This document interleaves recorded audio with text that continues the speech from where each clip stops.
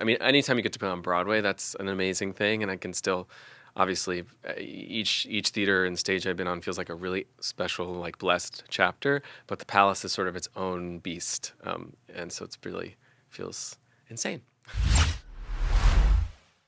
Hello, I'm Richard Ridge for Broadway World. Tony, Grammy, and Emmy Award winner Ben Platt is getting ready to release his highly anticipated third album called Honey Mind on May 31st.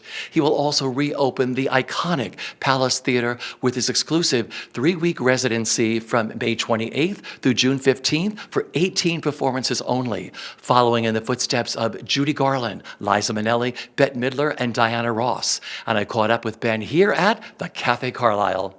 So Honey Mind comes from this walk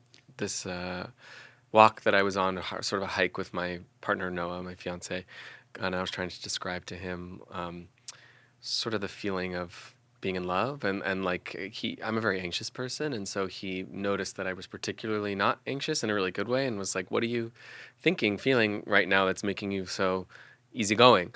And I thought about like my brain, and I thought about like all of the different things that always like jut out in like kind of sharp ways in my head, like being anxious and worried and angry and sad and all those things. And I thought about being in love and how it doesn't make them go away or like pretend, it doesn't make it so that they're not there. It just sort of like softens them, like it sort of coats everything. Like I just had this idea of like my mind kind of dripping with something like a little sweeter that was like making it all easier and not so sharp. And then I started talking about Honey Mind and Honey in My Mind, and wrote a song about it, which is on the album. And then I felt like that was a great encapsulation of the whole mood of the record. Yeah. This record I've been working on for 2 years, and I was really inspired by like Americana and like folk songwriting and a lot of Simon and Garfunkel, Paul Simon, Fleetwood Mac, James Taylor, just music that was really songwriting forward and melody forward and very organic. And when you listen to it, you can feel the people live in the room singing it. It doesn't feel overly produced or like perfected. And so I was really wanting to make something that was feeling organic. And I worked with Dave Cobb, who's an amazing executive producer, who's done all sorts of crazy things that people can Google. But I went down to his house in Savannah to make the record in his live room, and just he helped it to feel very just grounded and again not overly perfected. And I think I was really excited by this like crossroads of that kind of Americana songwriting, vintage feeling sound, but with a very expressly queer point of view and perspective. I think as much as I love listening to all of those artists, there isn't really one from that era or in that zone that is writing from like a very particularly queer perspective. So I was excited about getting to be at that cross section of those two things. What do you love the most of the recording part of it? I love that it is like a performance, which is my favorite thing to do in the world, is to perform, but it's only for yourself. Like it's getting to like get acquainted with the song in private, sort of. Like I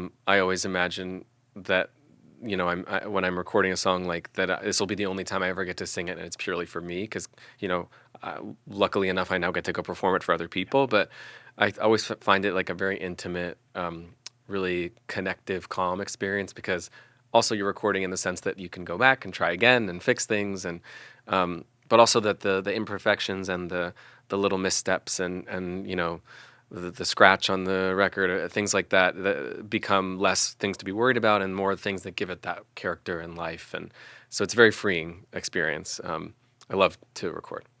The first single you released from the album, of course, is called Andrew. It's gorgeous, and so is the beautiful video you put together. Oh, thanks. You have this young fan base, you have this older fan base, because I'm much older than you. And Not that much older. thank you, I love you. But I listened to Andrew and I thought to myself, oh my God, I had a David in high school. So this was really touching for me and brought up all these emotions of when you find first love or you're obsessed with somebody, and you fall for someone. Talk about writing that song and making this beautiful video. Absolutely. Well, I wrote it with Alex Hope, who's one of my most frequent collaborators. They are a really talented queer songwriter, and they wrote 4 or 5 of the songs on this album with me.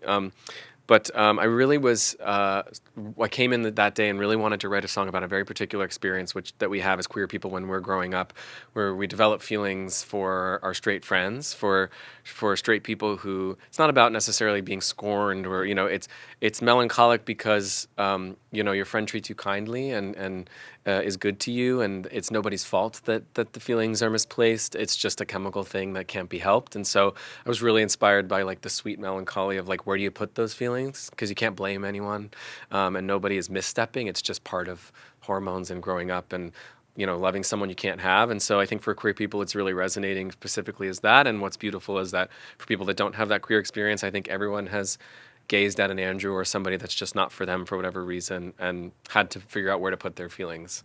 So I was really, really proud of that song in the way that I think sonically just captures that feeling of a bit of irreverence and melancholy. Finally, the poster work is gorgeous. Your ad work, which is right behind us here.